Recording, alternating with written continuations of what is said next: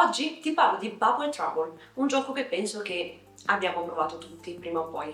Ma per chi non si è fatto le ore di informatica a scuola a giocare a questo gioco, è molto semplice. Sostanzialmente sei questo omino, devi distruggere le palline. Quando distruggi una pallina, quella si divide in due. Ti ricorda qualcosa? Beh, a me ha ricordato un po' il processo di risolvere i problemi nella vita. A volte succede che ne risolvi uno e l'aver risolto quel problema te ne crea altri due. Certo, più piccoli, ma comunque più numerosi.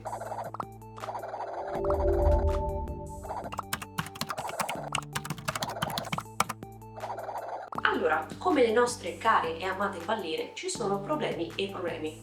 Ci sono alcuni problemi che una volta risolti, basta, non ci pensiamo più.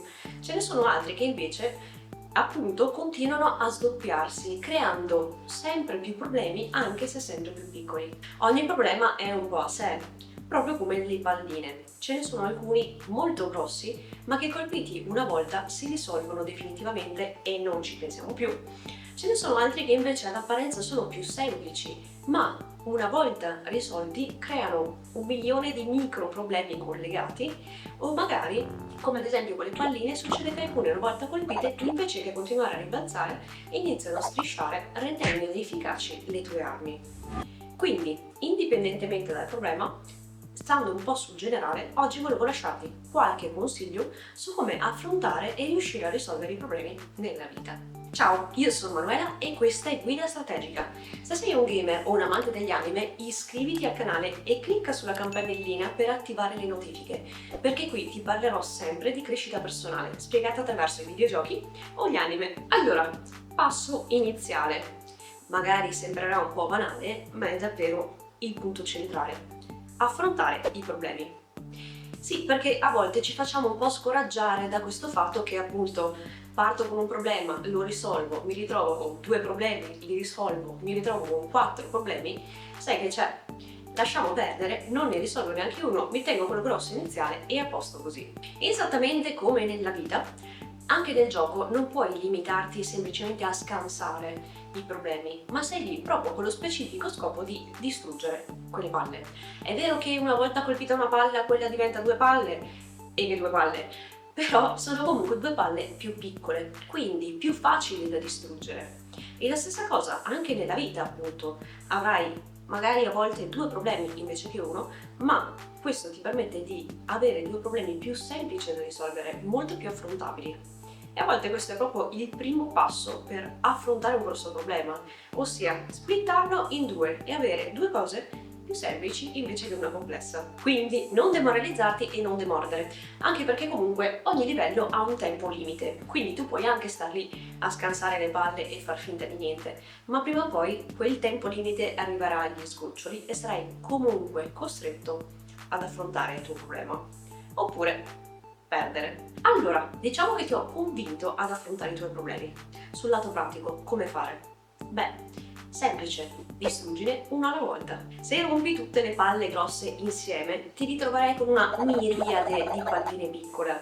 Ed è vero che sono più piccole e più affrontabili, ma saranno talmente tante che non sarai più in grado di gestirle. Quindi, scegli una palla da colpire. Una volta che quella palla si sdoppia, scegliene una e ignora l'altra. E via dicendo. Man mano che creerai sempre più palline, concentrati sempre e solo su una, finché non arriverai a distruggerla completamente. Perché lo so, spesso quando siamo sotto pressione tendiamo a sentirci sovrastati dalle mille cose che dobbiamo fare e tentare di farle tutte insieme.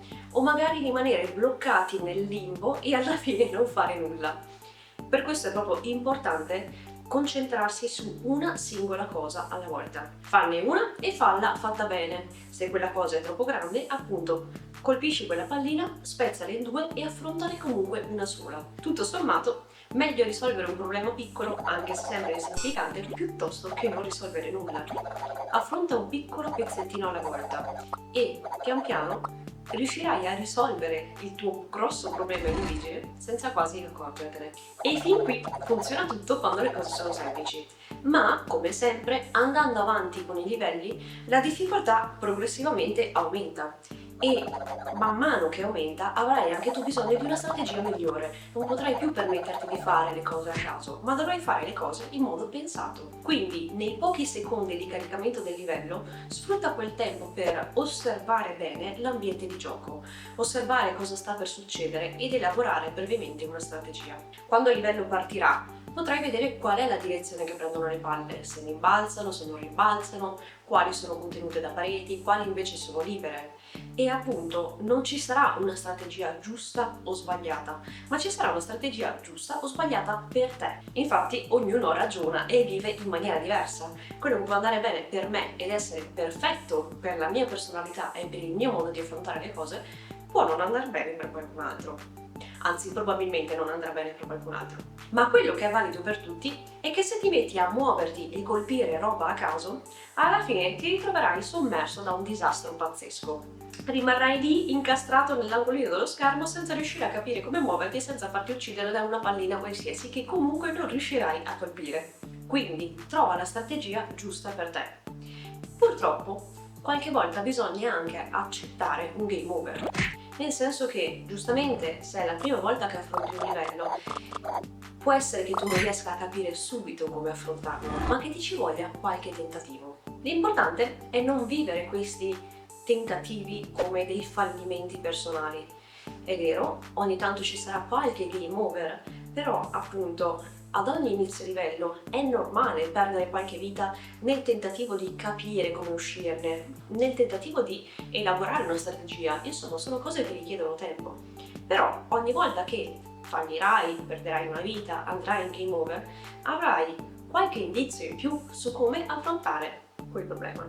E ora l'ultima cosa preziosissima da considerare quando si affronta qualche problema è quando abbiamo un po' di palle da distruggere, ossia sfruttare gli aiuti, sfruttare i facilitatori. Quando rompi una palla, infatti, hai la possibilità che quella ti faccia cadere qualche bonus, magari qualche nuova arma, magari una vita in più, magari un rallentamento di tempo o cose del genere. Ed ecco il punto: quando si ha un problema, è difficile vedere l'opportunità che quel problema nasconde, ma nella maggior parte dei casi risolvere un problema, oltre che a ritrovarsi con un problema risolto, porta anche qualche vantaggio secondario.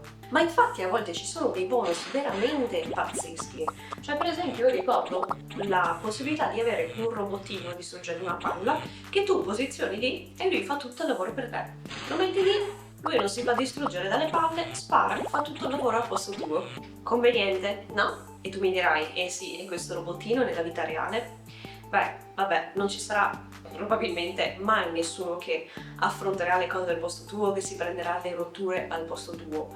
Però, nella maggior parte dei casi, quando affronti un problema, ti ritrovi a conoscere un nuovo lato di te stesso. Un talento che pensavi di non avere, una capacità che stai sviluppando che non pensavi di riuscire a sviluppare.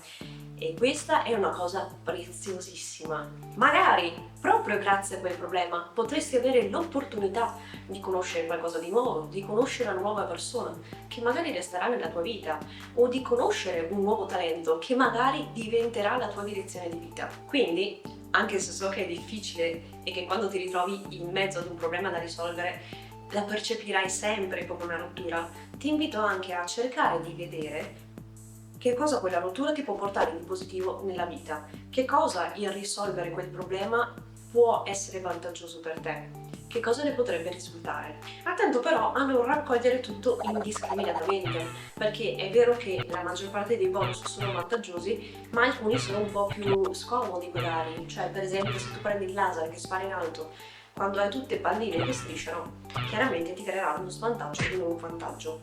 Quindi ci vuole un po' di consapevolezza nel capire qual è l'opportunità che quel problema ti sta dando, o se quell'opportunità invece è uno svantaggio e quindi bisogna lasciarlo andare. E insomma, un po' di consapevolezza, ma questo ti insegnerà comunque qualcosa su te stesso, imparerai man mano a conoscerti meglio. Ebbene, io per oggi mi fermo qui. Come sempre, se il video ti è piaciuto lasciami un mi piace, magari condividilo anche con una persona che potrebbe trarne beneficio, così mi aiuti anche a crescere. E sempre per aiutarmi a crescere, ma anche per avere un vantaggio per te, in modo da non perderti nuovi video, clicca sulla campanellina per appunto attivare le notifiche, iscriviti al canale se non l'hai già fatto, Tutto questo per non perderti i nuovi video e rendere la tua vita migliore grazie alle tue passioni.